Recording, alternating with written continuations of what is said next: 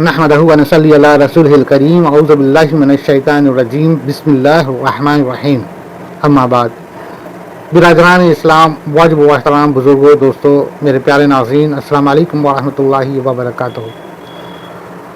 الحمدللہ الحمدللہ الحمدللہ، اللہ سبحانہ و تعالیٰ کا کرم ہے، اللہ سبحانہ و تعالیٰ کا احسان ہے، اللہ سبحانہ و تعالیٰ کا بہت بہت شکر ہے کہ آج ہم پھر اپنے چینل باغ مومن میں حاضر ہیں قرآن کے ذکر کے ساتھ۔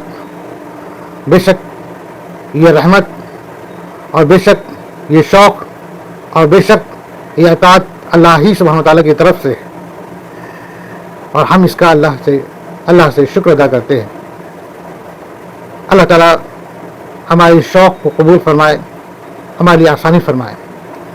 میرے عزیز، آپ کا بھی جو وقت اس میں لگانا ہے یا جو وقت آپ اس میں دے رہے ہیں، اور آپ اپنے تمام خواہشات کو ایک کنارے کر کے جو اس چینل پر اپنی محبت اور اپنا وقت جو دے رہے ہیں، اس بات کا بھی شکر ہے، اور اللہ سے دعا ہے کہ اللہ تعالیٰ آپ کو بھی اس کا اجر عطا فرمائے اور آپ کے اندر کے شوق کو اور بڑھائے۔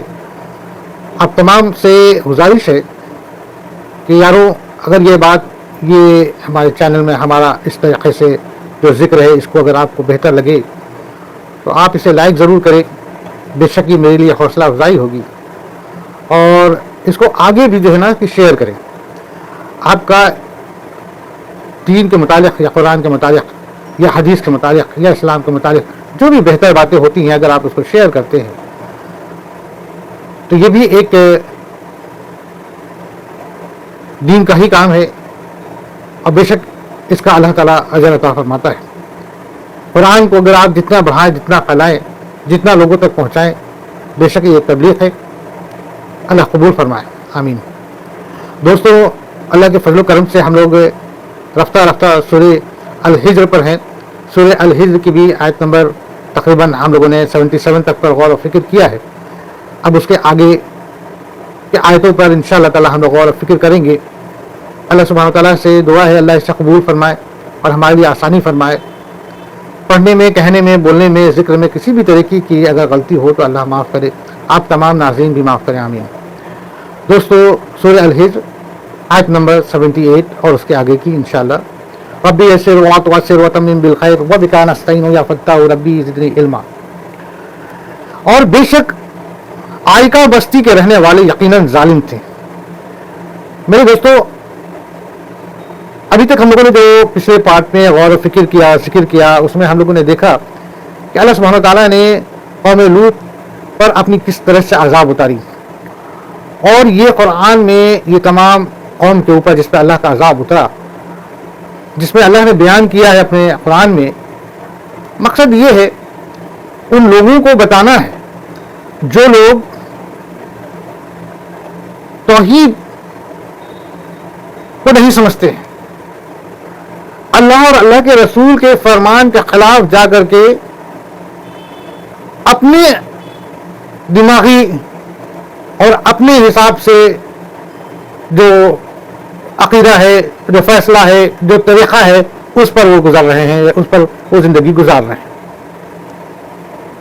جبکہ قرآن اور اللہ کے رسول اور اللہ کے تمام انبیاء کرام جو بھی اللہ نے جنہیں بھیجا، وہ اپنی قوم پر، اپنے لوگوں سے اللہ کی توحید اور حق کی بات بتائے کہ دیکھو یہ کام نہ کرو، یہ کام غلط ہے، دیکھو یہ حق نہیں ہے۔ اور اس بات کو ثابت کرنے کے لیے اللہ نے دیگر قوم جس پر اللہ کے عذاب اترے، اللہ نے اس عذاب کے بارے میں بتایا کہ دیکھو فلاں قوم تھی جس نے ایسا نافرمانی کیا، ایسا کام کیا، تو میں نے اس کے اوپر ایسا عذاب اتارا۔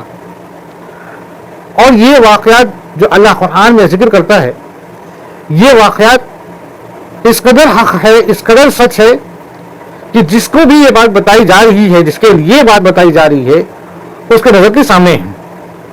یعنی کہ اللہ انہی واقعات کو پیش کر رہا ہے جو ان کو سمجھ میں آ جائے، جس پر وہ یقین کر لیں، جو ان کے سامنے گزر چکی ہے، جس کو وہ اپنے راہ چلتے آئے دن اور آئے لوگوں سے بات چیت کے دوران اور اپنے نگاہ سے بھی جنہیں وہ دیکھ سکتے ہیں۔ مثال کے طور پر جیسا قوم لوط کا جو واقعہ اللہ نے ذکر کیا، جس کے بارے میں ہم لوگوں نے پچھلے پارٹ میں غور و فکر کیا ہے تو قوم لوط یہ جو قوم تھی کہاں بسی تھی؟ جس جگہ پہ یہ قرآن اتر رہی ہے، جس جگہ پہ ہمارے آقا حضور صلی اللہ علیہ وسلم اپنے قوم کو اللہ کا یہ قرآن پڑھ کے سنا رہے ہیں، بتا رہے ہیں، یعنی کہ کفار قریش کو، تو یہ وہاں سے زیادہ دور نہیں ہے. یہ ان لوگوں کے عموماً جو تجارت میں نکلتے تھے، شام کو جاتے تھے، تو ان کے راستے میں پڑتا تھا. یعنی کہ وہ جگہ اس جگہ سے وہ خوب واقف تھے. اور آج الحمدللہ ہم اور آپ بھی اس جگہ سے واقف ہیں. یعنی کہ وہ جگہ ہم سے چھپی نہیں ہے. آج تو ہم ٹیکنالوجی کے پیریڈ میں ہیں، ہم گھر بیٹھے اس جگہ کو دیکھ رہے ہیں. جیسا کہ ہم سب جانتے ہیں ڈیڈ سی کے بارے میں، جو کہ وہاں پہ 2 شہر ہوا کرتے تھے، سدوم، عمورہ. اچھی خاصی بستی تھی، اور اس بستی میں جو رہتے تھے ان کا عمل اس قدر جو ہے کہ غلط تھا، گناہ سے ملوث تھا، ایسا تھا کہ بس مت پوچھیے. اس کے بارے میں ہم لوگ ذکر کر چکے پچھلے پارٹ میں. تو ایسے لوگوں کو سدھارنے کے لیے اللہ نے اپنے نبی حضرت لوط علیہ السلام کو اس قوم پر بھیجا، اور حضرت لوط علیہ السلام نے انہیں بتایا کہ دیکھو تم لوگ یہ کیا کام کر رہے ہو، کیسا کام کرتے ہو، یہ تو غلط ہے. اور انہوں نے ہر طریقے سے توحید کی دعوت دی، ہر طریقے سے جو حق بات ہے. دیکھیے توحید کی دعوت کا معنی ہے کہ حق کی دعوت، جو حق ہے وہ بتانا. تو حضرت لوط علیہ السلام ان کو وہ بات بتائے جو حق تھی، جو سچ تھی، اور ان کو اس گناہ سے روکنے کی پوری کوشش کی. مگر وہ نہ مانے تو اللہ نے ان پر عذاب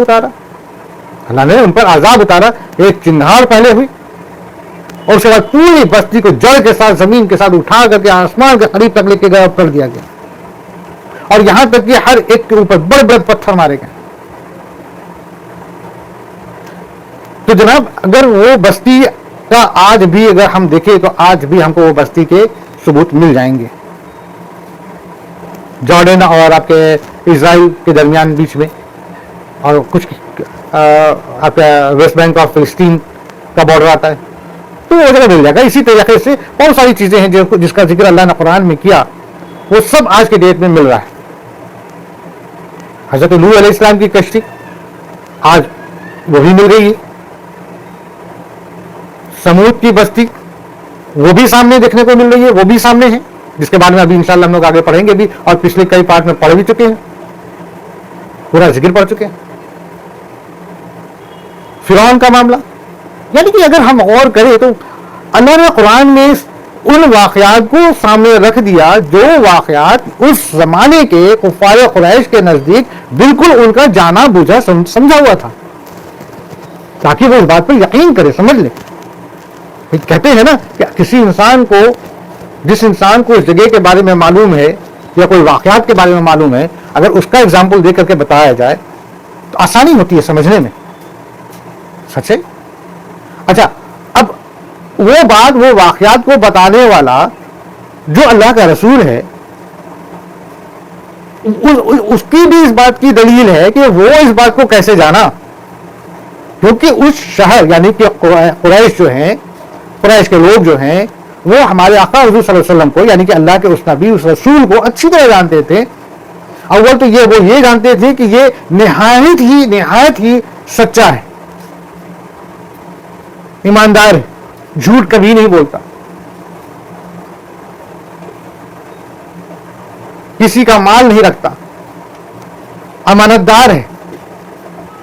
یعنی کہ اس قدر امانت دار ہے کہ وہ تو اپنے سامان، اپنے مال کو ان کے پاس امان کے طور پر رکھ کر کے چھوڑ دیتے تھے، اس یقین کے ساتھ کہ ہمارا مال اگر ان کے پاس ہے تو سیف ہے.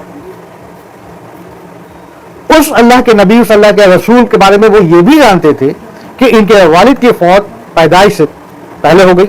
ماں ابھی جبکہ یہ بچے تھے، 4-5 سال کے ہی تھے، تقریباً 5-6 سال کے، تو ان کی فوت ہو گئی.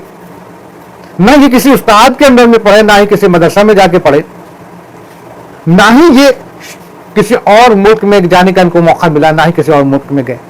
تو یہ جو دیگر واقعات کو جو بتانے والا اللہ کا رسول ہے، یہ اس کو کیسے معلوم ہوا یہ سارے واقعات؟ تو یہ اس بات کی دلیل تھی کہ اس کو بھی بتانے والا ضرور کوئی ایسا جو ہے کہ ہے جو تمام کائنات کے بارے میں جاننے والا ہے.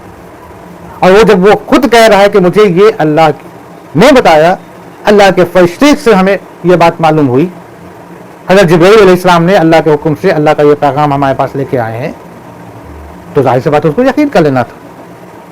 ایک بات. دوسری بات, اب جو بات وہ ان واقعات کے ذریعے اللہ انہیں بتا رہا ہے اور اس جگہ سے وہ واقف ہیں, تو اس کو سننے کے بعد اللہ پہ یقین کر لینا تھا. اس بات بھی یقین کر لینا تھا کہ اللہ کا عذاب واقع ہو کے رہتا ہے, اگر آنے پہ آ جاوے تو واقع ہو کے رہنا ہے. جیسے کہ لوط کی قوم کہتے تھے کہ کہاں ہے عذاب. کفار قریش اس زمانے میں جو کفار قریش وہ بھی ایسے ہی کہتے تھے ہمارے آقا حضور صلی اللہ علیہ وسلم سے کہ تم ہمیں جس بات سے ڈرا رہے ہو, جس عذاب سے تم ڈرا رہے ہو, کہاں ہے عذاب, لا کے دکھاؤ. وہ بھی ایسے ہی بولتے تھے, لا کے دکھاؤ. ٹھیک ہے نا. تو ان کو بتانے کے لیے اللہ نے قرآن میں یہ چیزیں واقعات کو ذکر کیا.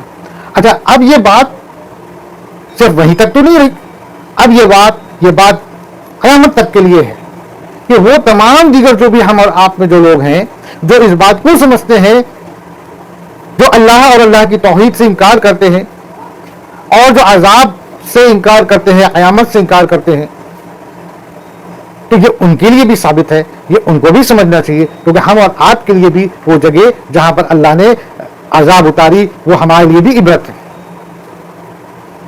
تو بہرحال اب ہم آتے ہیں اپنے آیت پر, جس آیت میں اللہ سبحانہ وتعالیٰ کہہ رہے ہیں اور بے شک آئکہ بستی کے رہنے والے یقیناً ظالم تھے. اب وہ قوم لوط کے معاملہ واقعات ختم ہو گئے, اب آگے کی اللہ سبحانہ وتعالیٰ کہہ رہے ہیں یہ آئکہ بستی ہے نا, جو کہ حضرت شعیب علیہ السلام کی طرف یہ واقعات ہے نا, اور یہ بستی جو مدین کے نام سے کہلائی جاتی تھی ہے نا, اور یہ بستی کا جو لفظ ہے نا, اس کا معنی ہوتا ہے کہ گھنا جنگل, بڑے بڑے درخت والا جو ہے کہ بستی, وہ بستی جہاں بڑے بڑے درخت ہوا کرتے ہیں ہے نا, یا گھنا جنگل کہہ دیا جائے.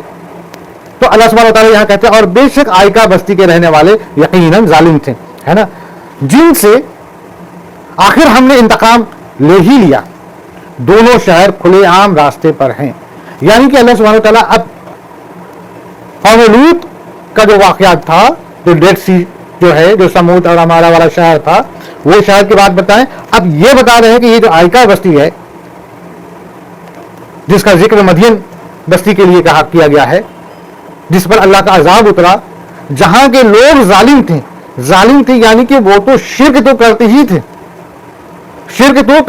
تھے, اور سب سے بڑا جو ان کا ظلمانہ حرکت تھا وہ یہ تھا کہ ناپ اور تول میں گڑبڑی کرنا, یعنی کہ ایک طرح سے کہہ لیا جائے کہ بزنس میں چوری کرنا,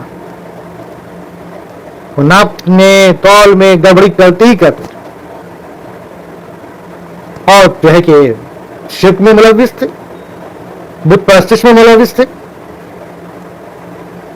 اللہ کو اللہ کے ساتھ اور کو بھی شریک کرتے تھے اللہ کے, اور ان کا عقیدہ تھا کہ یہ سب بھی خدا ہے.